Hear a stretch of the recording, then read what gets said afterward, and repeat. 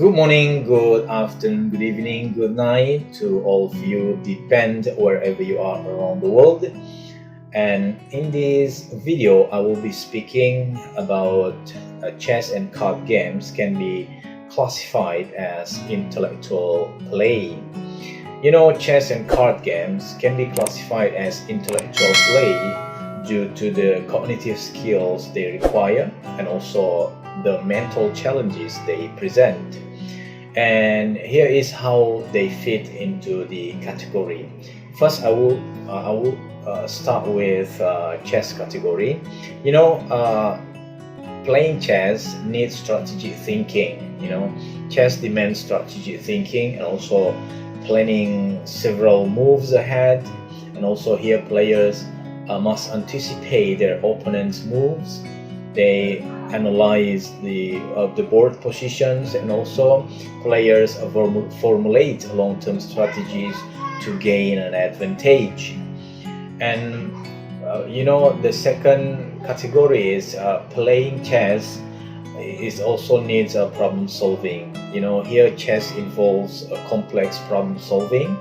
Players need to assess various possibilities, and also they need to evaluate potential outcomes and make decisions based on logic and analysis. And they also must identify patterns. The players here also must formulate tactics and also must adapt their strategies based on changing circumstances. And the third category, why chess considered as an intellectual play, because it needs memory and concentration. Here chess requires the players to remember previous moves, to remember the positions, and also to remember the patterns. And maintaining focus and also concentration throughout the game is crucial to avoid overlooking opportunities or also falling into the traps, right? And the fourth category, why chess is considered as an intellectual play, is because chess needs pattern recognition. Here, successful chess players usually develop an ability to recognize recurring patterns and also structures on the board. And also the players have to identify familiar patterns that help them to make a quicker decision and also evaluate positions effectively. So that's why chess can be considered as an intellectual play.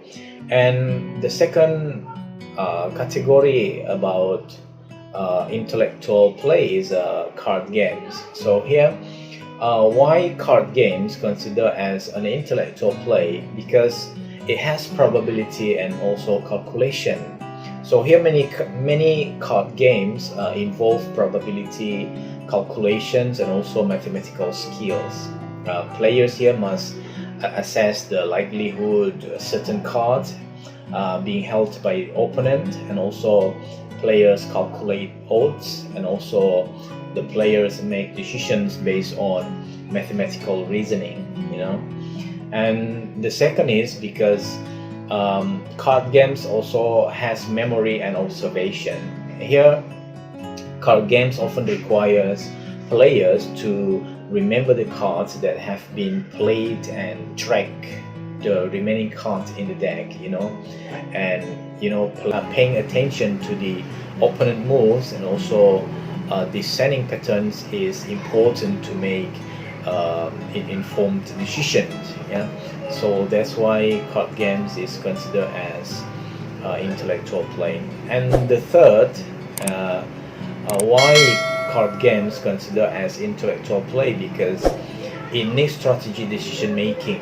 Here card games involve making strategy decisions and based on limited information. So here player must weigh their options, they must consider potential outcomes and also make choices that maximize their chances of success while anticipating opponent moves. And the fourth, why card games categorized as an intellectual plays because it it needs psychological skills. Here card games often involve bluffing, and also deception, and also sometimes we need to read opponent's behavior. And here players must be observant and must analyze non-verbal cues and also make judgment about opponent's intentions, and adding psychological element to the games. So that's why card games is considered as an intellectual play. And overall, both chess and card games challenge cognitive abilities such as strategic thinking and also problem solving. It also challenge memory and also challenge concentration, and also challenge pattern recognition and also mathematical reasoning. And here they require players to engage an intellectual process and also making them valuable as forms of intellectual play, right? So if you want to increase your intellectual mind, then you need to play chess and also play card games, right? So I hope this information is useful for you.